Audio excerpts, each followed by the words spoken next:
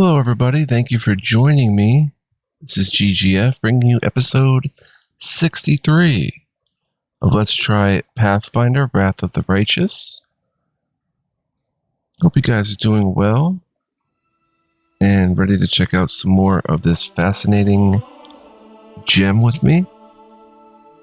Oh, got a bit of a tickle in my nose. But yeah, let's get into this. It's a lot to do, and so far so good on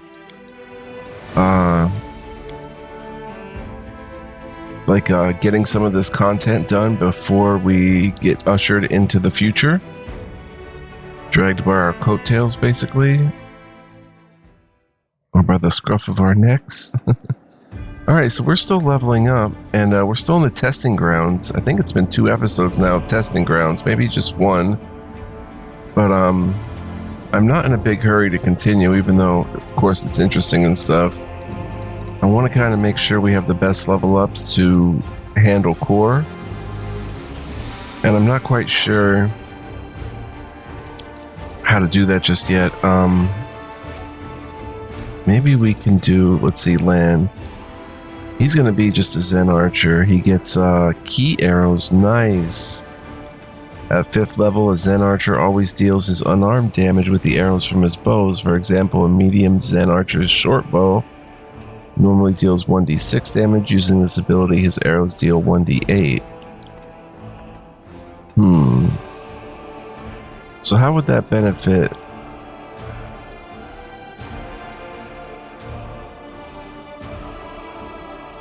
Well, his base attack bonus goes up 1. And that's cool. And he gets a feat. I'm not sure how this is going to benefit,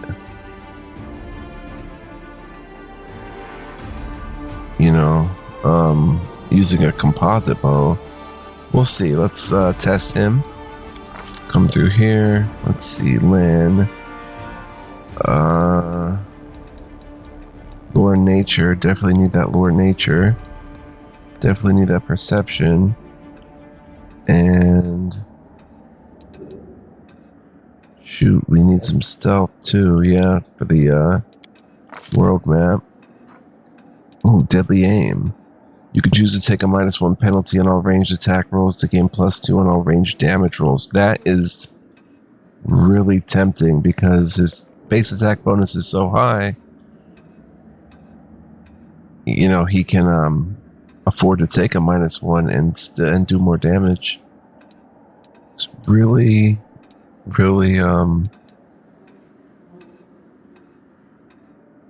tempting. Deflect arrows, no. Let's see. Extra key, he's not really using key too well. He's using it for perfect precise shot or whatever it is. Not precise shot, but for that perfect shot ability that he has about 4 of.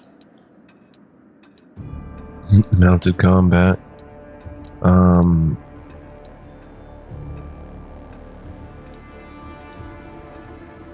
Seize the moment.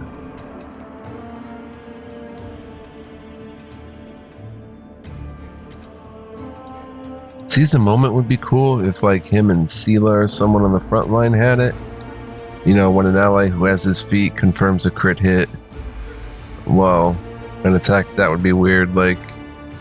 I was thinking if Lann would shoot and crit hit, then the other person with the feat on the front line would get an attack of opportunity against the same opponent.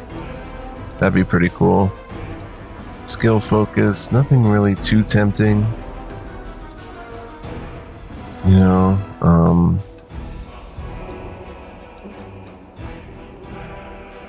Maybe some sort of weird ranged weapon with exotic training, like the sling staff. That'd be cool. Meta magic, he doesn't use magic. Rapid shot. For making a full attack with a ranged weapon. Wait, Lann's intelligence is currently 3? No, it's currently 11. Full attack with a ranged weapon. You can fire one additional time this round at your highest bonus. All your attack rolls take a -2 penalty when using rapid shot. Weapon focus. Short bow is not really useful. Longbow requires something. Oh yeah, I already acquired it. Like, you know, there's other ways we could build him. He's also got melee capabilities if we really wanted to take it there. Sling staff. But, you know. Wow, there's a lot of weapons. Critical mastery. You apply the effects of 2 critical feats in addition to the damage dealt when you score a critical hit. That has, you have to be a fighter for that, so these are just all prerequisites. Never really bothered looking at those. Okay, so anyway, I think Deadly Aim is almost a no-brainer, really. It is a bit min-maxing land, but, you know, might as well have someone like that. There are different creative ways I could build him, but I'm happy with him just being an amazing archer. See, he's got the strength. He's got some con. I mean, he could survive probably if you look at that. Well, he's got more than I do. And I survive in the front lines, basically, so he could too. But he's a Zen archer, so let's see what this unarmed damage actually entails. Lands, we could pretty much settle on this level up.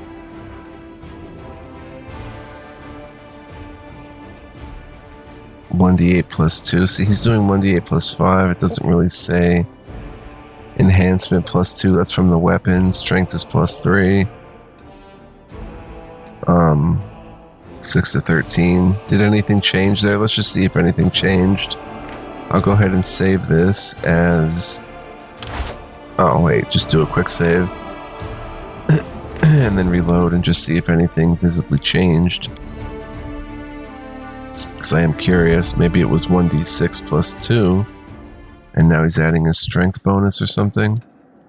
Meditate on your mistakes. No. It might make you feel better. Same damage. So he's doing his unarmed damage. I don't get what that means. So maybe if I were to make him a large size, like have him drink a enlarged person potion or something, he would do 1d10 because he's a large size, and unarmed from a large type character is 1d10. So I don't think this really actually affects him. Meditate on your mistakes. It might make you feel better. In any way. Deadly Aim is on. He's got the Quiver of Cold Iron, 50 shots with it. See, he's got Key Power Extra Attack, but that's for unarmed strikes. He does have Scorching Ray. There, Perfect Strike. He's still only got 4 of those. Coup de grace. Is that coup de grace or is that coup de grace? Because isn't a coup de grace something different? I thought it was a coup de grace was G-R-A-S, not grace. Maybe, I don't know. Anyway, we're going to say Lann is pretty much done. He's got Deadly Aim, which is just ridiculous. Oh, and by the way, when your base attack bonus reaches +4, and every 4 thereafter, the penalty increases by 1 and the bonus damage increases by 2. You must choose to use this feat before making an attack roll, and its effects last until your next turn. The bonus damage does not apply to touch attacks or effects that do not deal hit point damage. So actually, if we calculate this ourselves, his attack bonus is a +4. It's +5 actually, so he's taking a -2 penalty on his shots with Deadly Aim. And it's not showing that, so he's actually... let's see if it changes if we take off Deadly Aim. So there's a lot of times we have to do this and just see what's what. No, it doesn't change. So it's not calculating that. But he's actually shooting at a plus 9 and doing 1d8 plus 9. Very big difference there and very cool. So we'll quick save that. Let's maybe Nenio is a bit of a no-brainer because she's just going to be a scroll savant. At 5th level, whenever the scroll savant uses a scroll, he calculates the DC for any spell it contains using his intelligence modifier instead of the minimum modifier needed to cast a spell at that level.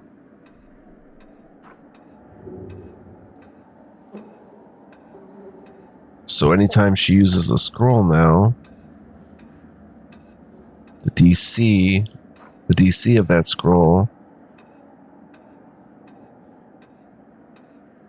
for the enemy to overcome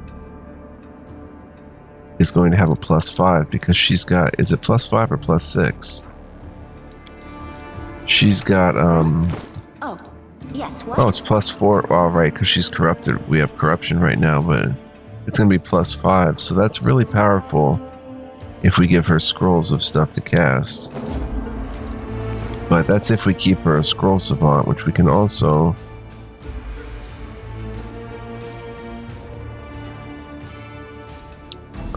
I don't know if there's anywhere else we would build her. Oracle. I can't see her, you know, lore-wise being interested in really any other path. Except maybe Alchemist.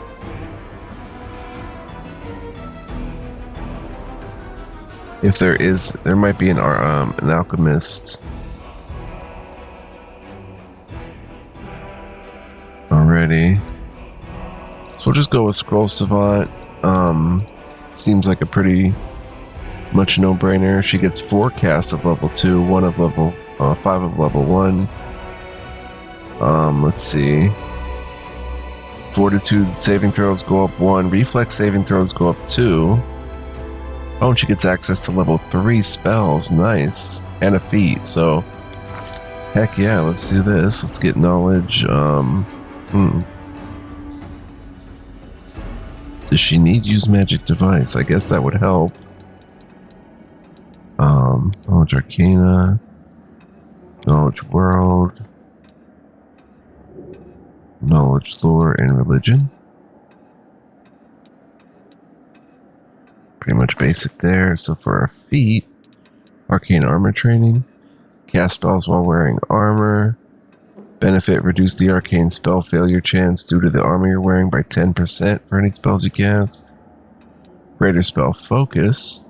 Choose a school of magic to which you've already applied the spell focus feat, and any spells you cast with this school are very hard to resist.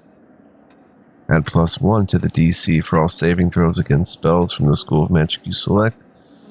No, wait a minute. It did not add this scroll thing.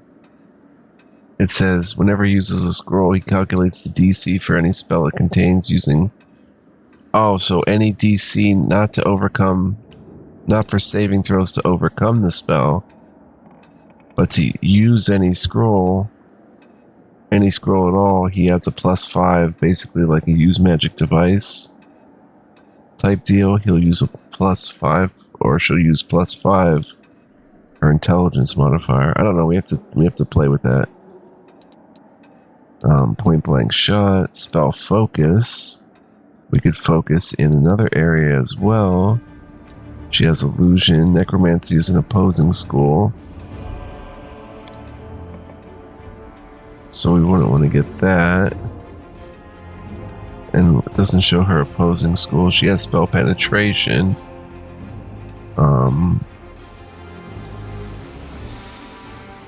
It's not going to show. Oh yeah, abjuration and necromancy. So maybe something like conjuration. What's the thought? Alertness. Spells are particularly effective against those caught unawares. That's always nice. She can throw Create Pit, and then flat-footed opponents are going to take a -2 on their saving throws against that.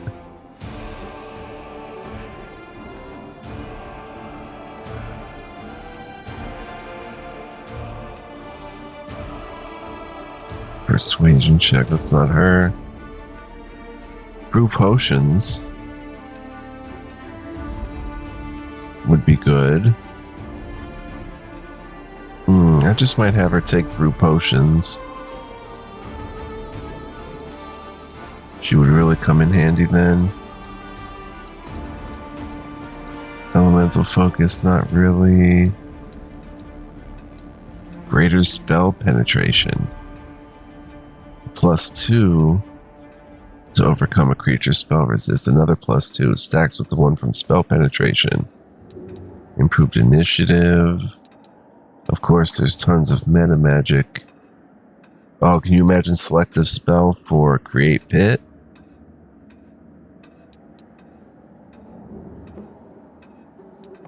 What is that ticking? Is there a clock in the scene? Shielded caster. Spell chain. Whenever you make a successful caster level check to overcome a target spell resist, the next ally who has this feat that attempts to overcome the same target spell resist can roll twice when attempting his own caster level check, taking the better result. The benefit lasts for 1 round, so you better be using them at the same time. Spell specialization.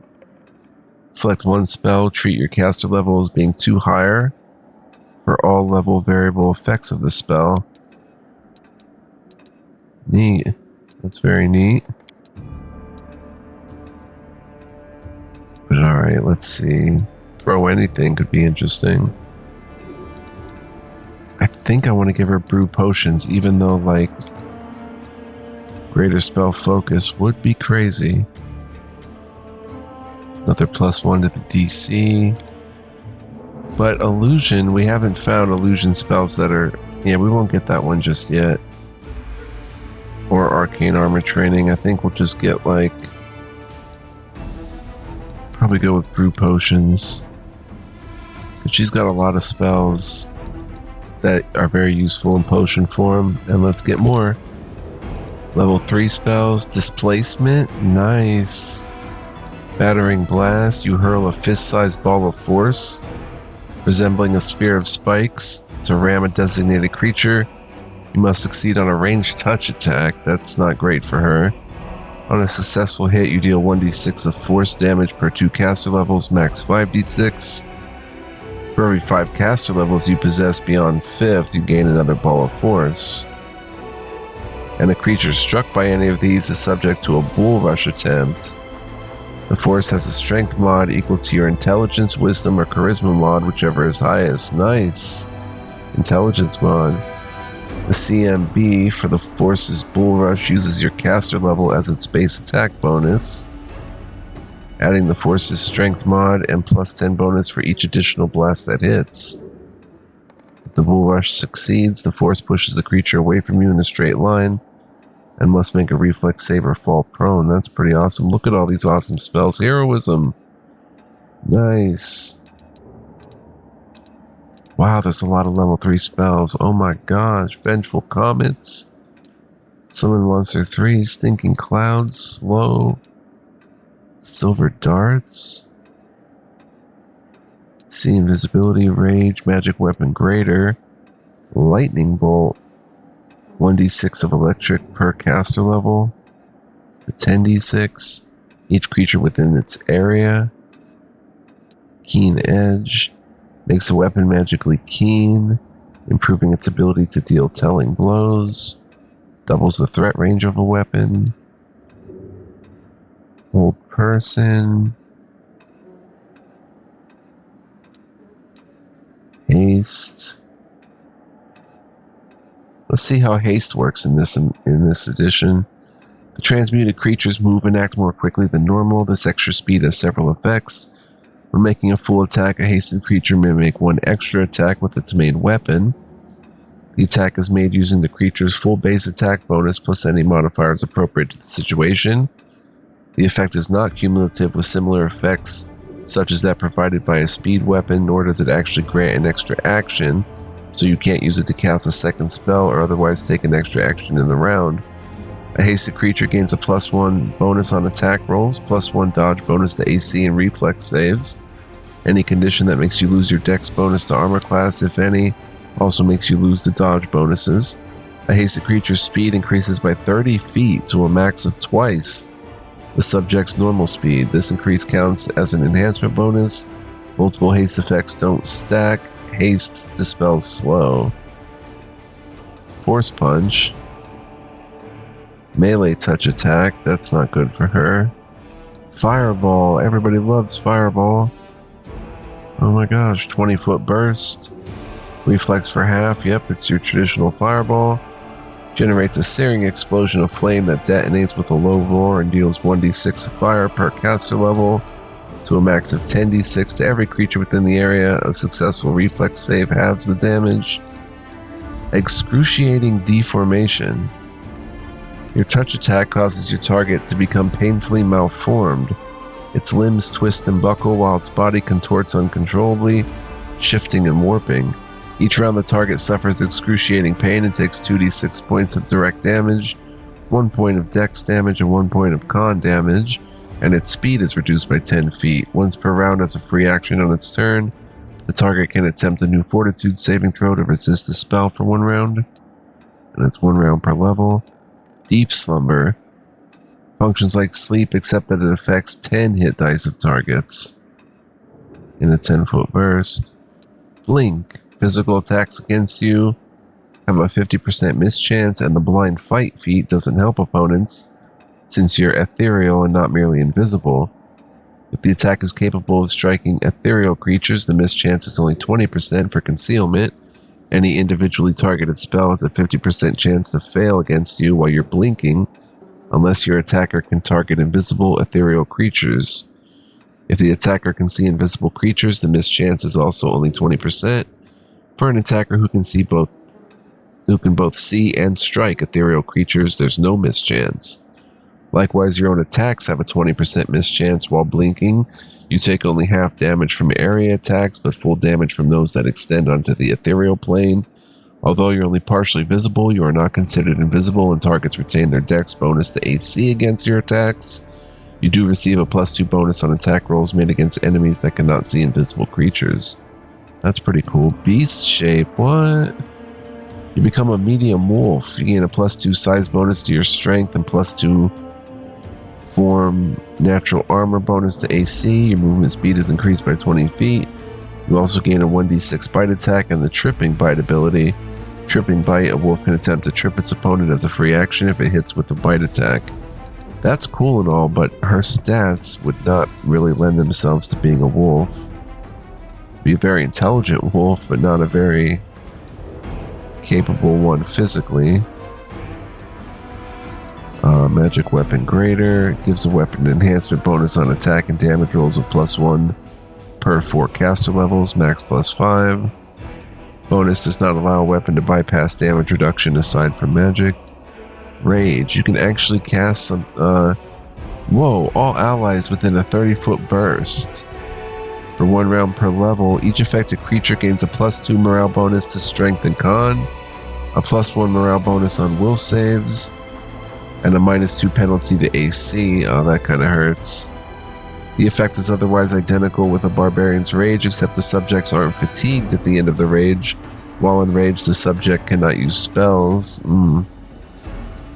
See invisibility communal. You and your allies within 25 feet can see any objects or beings that are invisible within your range of vision. Silver darts spring from your hand, a cone of them. These darts act as a silver weapon that deals 1d6 points of piercing damage per caster level. Slow. Will negates, and it's 1 round per level, and all enemies within a 30-foot burst. An affected creature moves and attacks at a drastically slowed rate. Creatures affected by this spell are staggered. Additionally, it takes a -1 penalty on attack rolls, AC, and reflex saves. A slowed creature moves at half its normal speed. Multiple slow effects don't stack. Slow dispels haste. Spiked pit, yes! We have to get that. All creatures in a 10-foot burst. Standard action cast, 1 round per +1 round per level. Reflex negates. Spell descriptor's acid. Oh, this is so cool. Let's check it out. You create Okay. Why can't I right click it? You create an extra dimensional hole with a depth of 10 feet per 2 caster levels, max 50 feet. The pit is lined with wickedly sharp spikes along its bottom and walls. Any large or small creature standing in the area when you first conjured the pit must make a reflex saving throw to jump to safety in the nearest open space. In addition, the edges of the pit are sloped, and any creature ending its turn in a space adjacent to the pit must make a reflex saving throw with a +2 bonus to avoid falling into it. Creatures subjected to an effect intended to push them into the pit, such as Bull Rush, do not get a saving throw to avoid falling in if they're affected by the pushing effect. Creatures who fall into the pit take falling damage as normal, 1d6 bludgeoning damage per 10 feet, plus 2d6 points of piercing damage from spikes. To climb the pit's core stone walls, a creature needs a successful athletics or mobility skill check with a DC of 25. When the duration of the spell ends, creatures within the hole rise up with the bottom of the pit until they're standing on the surface over the course of a single round. Oh, that's awesome. But this summons an extraplanar monitor lizard, 1d3 extraplanar wolves, or 1d4 plus 1 extraplanar dogs. Very useful. And vengeful comets. Cold. It's personal. 1 round per level or until discharged. You conjure a number of miniature comets of ice, up to 1 per 4 caster levels, to orbit around you, granting you a circumstance bonus equal to the number of comets on all saving throws against fire effects. Once per round, when you're affected by a spell cast by an enemy, you fire one of your comets in retaliation. This is a ranged touch attack that deals 1d6 points of bludgeoning damage and 3d6 points of cold damage plus 1 point of cold damage per 2 caster levels, to a max of +10. If the spell you're retaliating against has the fire descriptor, you fire 1 additional comet. Well, that's pretty cool. But I think, guys, it's kind of a no-brainer. Spiked Pit, she's the pit lady. And what was the other one I was going to pick? Displacement. She can make potions of this. I know everybody loves Fireball. Then there's Haste, Heroism. Oh, Heroism imbues a single creature with great bravery and morale in battle. Target gains a +2 morale bonus on attack rolls, saves, and skill checks. Yes, that is very good. I mean, there are a lot of really good ones, but if we're going to keep the pit thing going, at least make it a spiked pit. And displacement is quite good. It's only 1 round per level, but the subject of the spell appears to be about 2 feet away from its true location. Creature benefits from a 50% miss chance as if it had total concealment. Unlike actual total concealment, displacement does not prevent enemies from targeting the creature normally. True seeing reveals its true location and negates the miss chance, but 50% miss chance for 5 rounds. Pretty nice. So we're going to grab, and it's illusion, which she's specialized in. So we'll grab displacement. What's another illusion one? If we could, I didn't think to look for illusion that actually focuses on the enemy. Nothing. Nothing at all. So she does not have another illusion. Once we start getting illusion spells, oh, these are thumbs down, but I didn't even see them. There's more level 3 spells. Animate Dead Lesser, Necromancy, that's no good. Abjuration. Oh, these are all either Abjuration or Necromancy. So they're no good, but she could get level 2 spells. Acid Arrow, Invisibility. Blur, I think she has Vanish. Definitely a lot of good ones here. Are there any illusion that target the enemy? Still don't see any.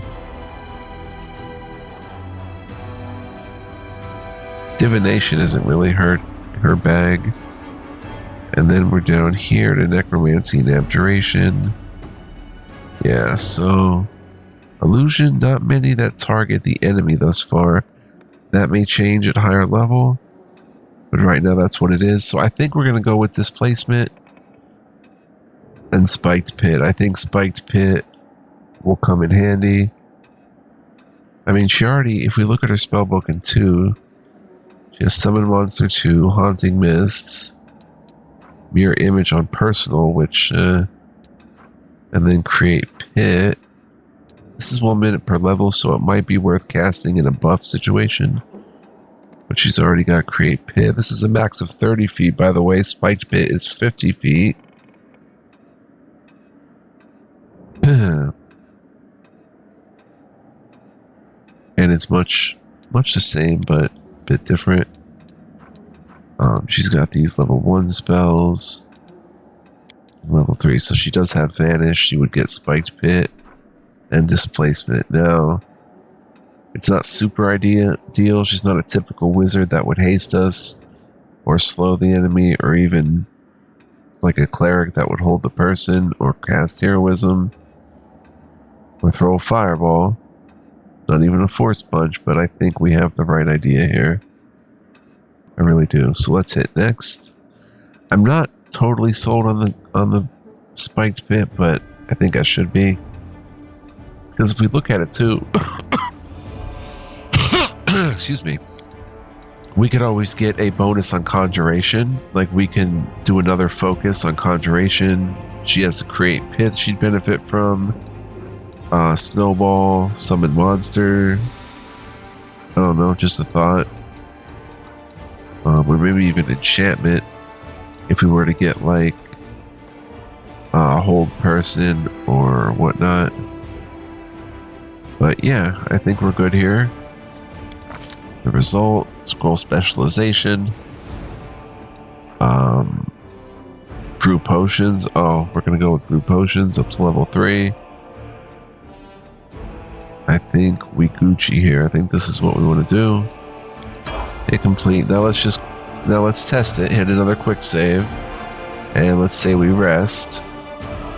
Let's make sure we can brew these potions. See if we can get her down there doing it.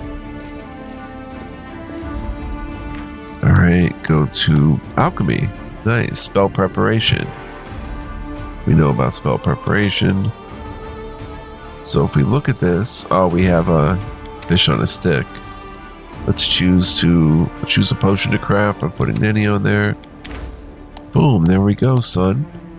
A character assigned to this position can brew potions. To brew a potion, they need to know the required spell, have the potion brew skill learned, have all the ingredients, and attempt a knowledge world check. The higher the level of the spell chosen, caster level, the longer the character will need to create the potion. The process of brewing a potion involves between 1 and 5 stages, depending on the spell. If the character passes their check, then the progress of brewing the potion advances by 1 stage, while a failed check does not advance their brewing progress toward its completion. So Potion of Vanish, Mage Armor, Enlarged Person. We need a higher level Alchemy Kit. And she can these are the only ones that she has. They're only spells that affect, like, a person like this. She can't brew. I guess that makes sense. What else? She can't brew a Spiked Pit potion. But just to make potions of displacement would be awesome. But she's missing she has bloodshot eyes, 5 of them. 8 shiny chitons, 3 tail stings. 90% chance. Plus caster level 5, that doesn't really matter. Well, can't we just make it caster level 1? Oh, it's how long it lasts, I think. So you don't really want to downgrade that. Don't know what the 2 means. Potion of Vanish would be useful too to have. I mean, they'd all be useful, I think. We haven't used Enlarge or Reduce Person yet. We have to start being more creative. But I think this is a good way to go, because she's going to be making these displacement kits, and she needs a level 3 alchemist kit basically to do so. But I think that's what we want to do with her. Have her brew potions. It seems like something she'd be interested in doing. I don't know if there's an alchemist in the game that we eventually get. 34 minutes in. Could she do with more feats, like toward her spell focus and everything. Penetration, yeah, but for now we'll have our brew potions. Next up for the sure shot would be, let's see, Woljif, Eldritch Scoundrel. Gets 2 casts at level 2, 4 of level 1. Does it get a base attack bonus? Nope. He does get a +2 bonus to Fortitude, and apparently +5 to Reflex, and +1 to Will. And he gets a feat, so, and a couple spells. Caster level 2 still. Next level he would get Danger Sense.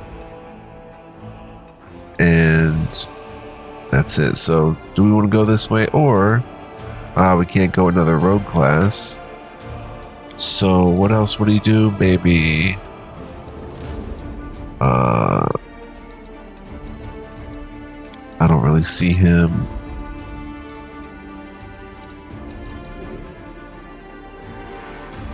You know, being a performer.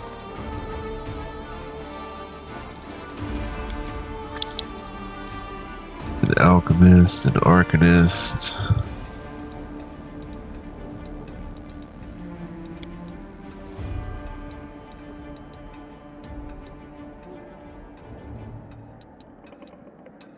A hunter, maybe? A colluding scoundrel? That sounds interesting for him. Scapegoat. A colluding scoundrel is adept at redirecting a foe's hostility toward another creature, creating openings for her own attacks. Wait a minute, guys. A number of times per day equal to her hunter level. As a swift action, she can target one foe within 30 feet and designate one willing ally adjacent to that foe as a scapegoat. For the following minute, the target takes a -2 penalty on attacks against any creature other than the designated scapegoat. And the target has a 10% spell failure chance on spells that don't target the scapegoat or include the scapegoat in their area of effect. The penalty increases to -4 at 8th level and -6 at 15th level. The colluding scoundrel can designate her animal companion as a scapegoat without it counting against her daily use of this ability. Oh, he'd get an animal companion, so I don't know about that. Nature sense, +2 on lore and nature. That's not really his thing, I don't think.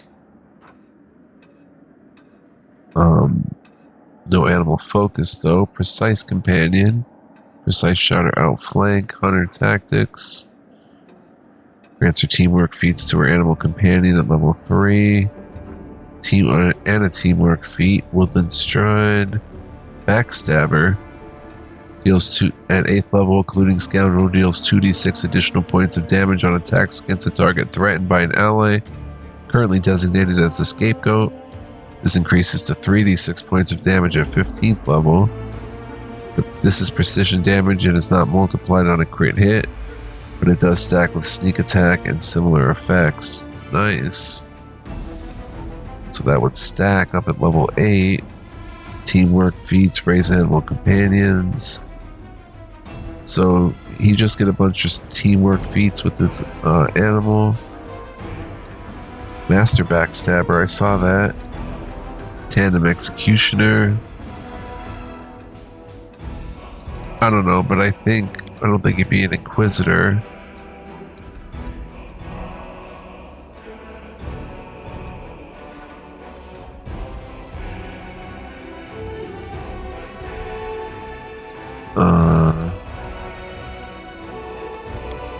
Kineticist. He's already an Eldritch Knight. I don't see him being a type of wizard, maybe a sorcerer.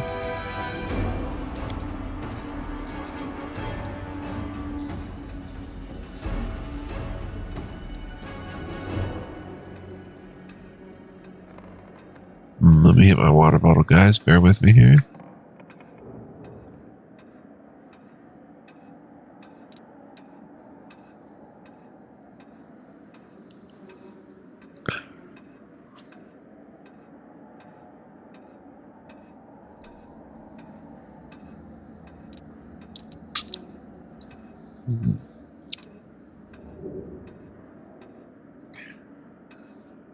Overwhelming Mage. Strive to improve the sheer capacity of their powers.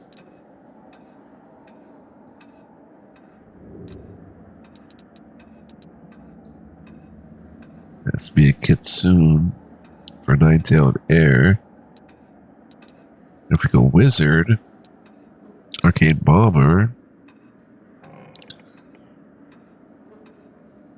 making him a Alchemist type Wizard. Elemental Specialist, Exploiter Wizard.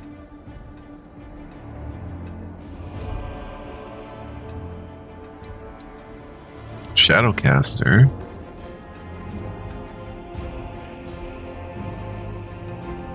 Thessalonian Specialist.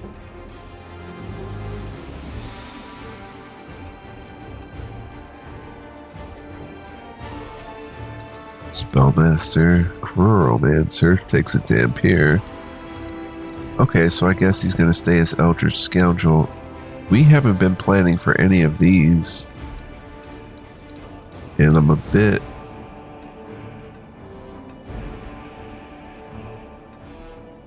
sad by that. Eldritch Knight. Nothing he would be except maybe an Arcane Trickster. Oh. He can pick that. I didn't even notice that. He needs Knowledge Arcana 4. Ah, we should have been planning for this. Their mastery of magic, Arcane Tricksters can make for even more subtle or confounding opponents than standard rogues. Ranged Legerdemain. Legerdemain. I don't know. Legerdemain. I don't know how to pronounce that word. Enhances their skill as thieves and their ability to make sneak attacks without flanking or as part of a spell. Can make Arcane Tricksters formidable damage dealers. Ooh, 4 skills. Please let me get... Wait. Now if we go back... Current value is 0. Knowledge Arcana. Wait, it's plus... It's 1.